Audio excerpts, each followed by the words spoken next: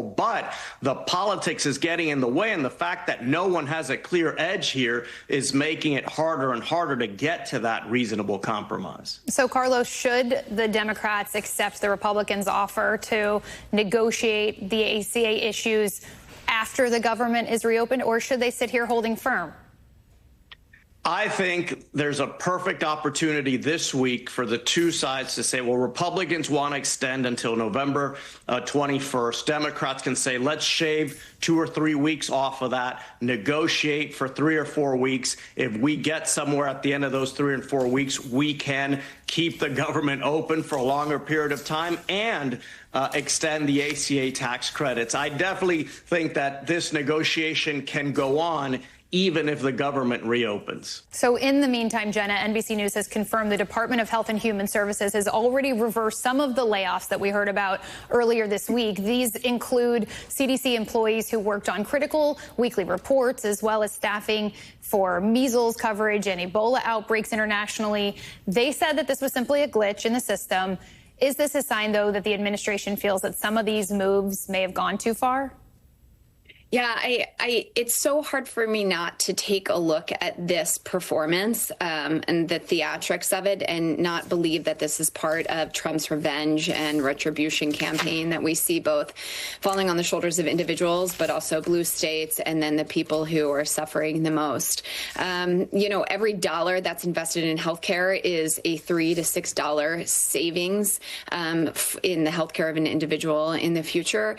And so I just feel like this is another moment for Americans to question whether or not the elected officials are really in it for their best interest.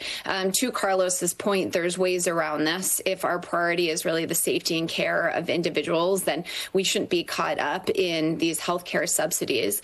And so I think this is an opportunity for Americans to look to each other for continued community building, to make sure that they are enthusiastic about the elected officials they continue to put on the docket, and then call a spade what it is and see that Republicans are just interested in the theatrics so that they can continue to point fingers and not really look at what the steps are this administration is doing to cause harm. Carlos, I also want to ask you about the indictment of New York Attorney General Letitia James, which followed the indictment of James Comey, and now reports suggest that John Bolton may be up next. Former Vice President Kamala Harris spoke to MSNBC this morning about all of this. Let's listen to her.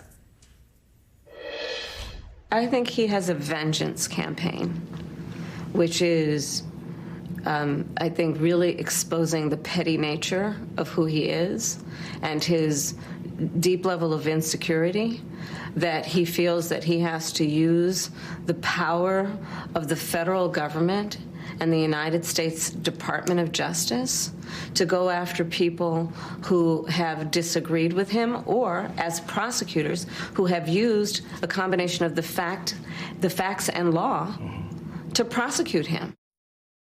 So legal experts have told us that a lot of these charges may be serious, but they're somewhat far-fetched as far as a conviction could happen. So is this all just pettiness, as Kamala Harris suggests, or is it more about essentially optics to the president than convictions? Ariel, these are all pretty weak cases, and we'll see how they play out in the courts. But here's what I think is really a shame. President Trump campaigned last year telling the American people that the justice system, not just at the federal level, but in certain states, had been weaponized against him. A lot of people trusted him, believed him, sympathized with those arguments, with that perspective.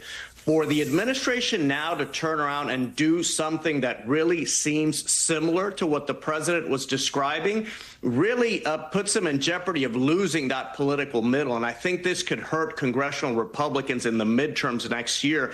Two wrongs don't make a right. I know we learned that when we're very young, but apparently our politicians still haven't learned it. So I don't think that this ends well for our democracy, and I don't think it ends well for Republicans politically.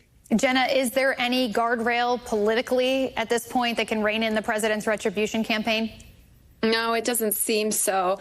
You know, Carlos, your lips to goddess's ears that this is going to have an impact on the midterms. I'm not so sure that it will. The way that it's being positioned on the other side is he's living up to his bold, taking action, taking no prisoners, frankly, strategy. And I entirely agree with Vice President Harris when this is just a reflection of a level of insecurity. We see him do this self-talk, whether it's at pressers or cabinet meetings where he's saying things like, no, everybody loves me. They're celebrating in the street. Look how wonderful I am. And this is really just the consequence of somebody who's laying in bed thinking about how they're going to get revenge on people. And John Bolton, let me tell you, during his first administration, John Bolton, you know, really frightened me as a left-leaning foreign policy obsessor, and now here I am floored that he's going to go after Bolton. I would love for him to be focused on our future and not the things that he's the people that are in his rearview mirror. Jenna Arnold and Carlos Corbello, thank you both very much. Massive new firings at the CDC. Let's talk about the impact it could have on you coming up next.